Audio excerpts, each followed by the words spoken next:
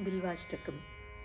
त्रिदलं त्रिगुणाकारं त्रिनेत्रं च त्रियायुधं त्रिजन्म पापसंहारम् एकबिल्वं शिवार्पणम्। त्रिशाखैः बिल्वपत्रैश्च अश्चित्रैः कोमलैः शुभैः तव पूजां करिष्यामि एकबिल्वं शिवार्पणम्। कोटिकन्या महादानं तिलपर्वतकूटयः काञ्चनं शीलदानेन एकबिल्वं शिवार्पणम्।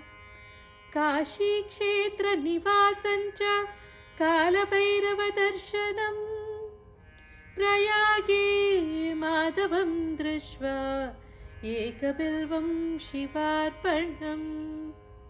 इन्दुवारे व्रतं स्थित्वा निराहारो महेश्वर नक्तं हौष्यामि देवेश एकबिल्वं शिवार्पणम्। रामलिङ्गप्रतिष्ठा च वैवाहिककृतं तथा तटाकादि च सन्तानाम् एकबिल्वं शिवार्पणम्। अखण्डबिल्वपत्रं च आयुधं शिवपूजनं कृतं नाम सहस्रेण एकबिल्वं शिवार्पणम्। उमया सह देवेश नन्दिवाहनमेव च भस्मलेपन सर्वाङ्गम् एकबिल्वं शिवार्पणम्।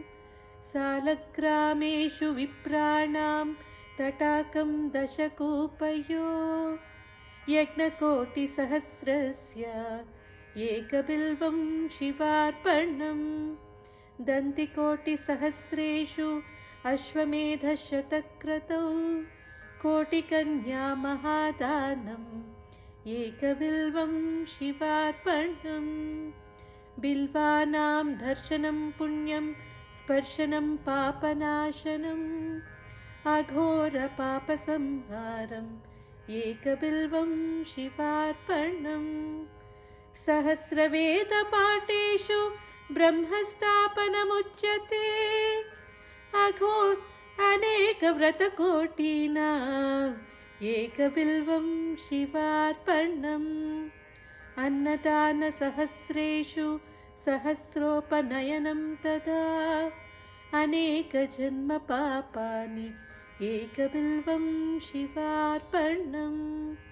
बिल्वाष्टकम् इदं पुण्यं यहं पठे शिवसन्निधौ शिवलोकमवाप्नोति एकबिल्वं शिवार्पणम्।